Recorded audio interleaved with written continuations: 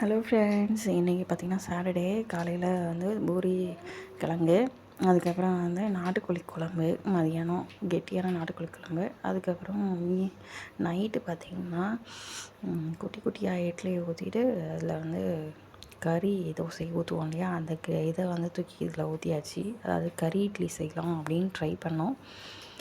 First idli மாவு ஊற்றிட்டு அந்த மிக்ஸ் பண்ணி வச்ச எக்கோட கறி அதை இதெல்லாம் சேர்த்து ஊற்றிட்டு அதுக்கப்புறம் திருப்பி அது மேலேயும் கொஞ்சம் இட்லி மாவு கொஞ்சோண்டு ஊற்றிக்கலாம். ஊற்றிட்டு எப்பயும் போல் ஸ்டீம் பண்ணி எடுக்கலாம்னு சொல்லிட்டு அதுக்கு ஹார்ட் ஷேப்பில் ஒரு ஆனியனை வர ஃபிக்ஸ் பண்ணி வச்சோம். அதுக்கப்புறம் பார்த்திங்கன்னா ஸ்டீம் பண்ணிவிட்டோம். 20 மினிட்ஸ் ஸ்டீம் பண்ணி ஆனதுக்கப்புறம் பார்த்திங்கன்னா சூப்பராக வந்திருக்கு. ஃப்ளேவர் அப்படியே வீடு ஃபுல்லாக ஃப்ளேவராக இருந்தது. அதுக்கப்புறம் அது கூட வந்து மதியானம் வச்ச கிரேவியே எடுத்து பாருங்கள், குட்டா எப்படி இருக்குது பாருங்கள். கறி இட்லி சூப்பராக இருந்தது பாருங்கள். அதுக்கப்புறம் பார்த்திங்கன்னா நைட்டே இன்னும்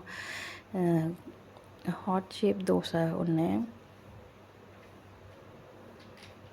அதுக்கப்புறம் கறி தோசை. ஏற்கனவே இந்த வீடியோ வந்து நம்ம சேனலில் போட்டிருக்கோம், அதுவும் சாப்பிட்டாச்சு.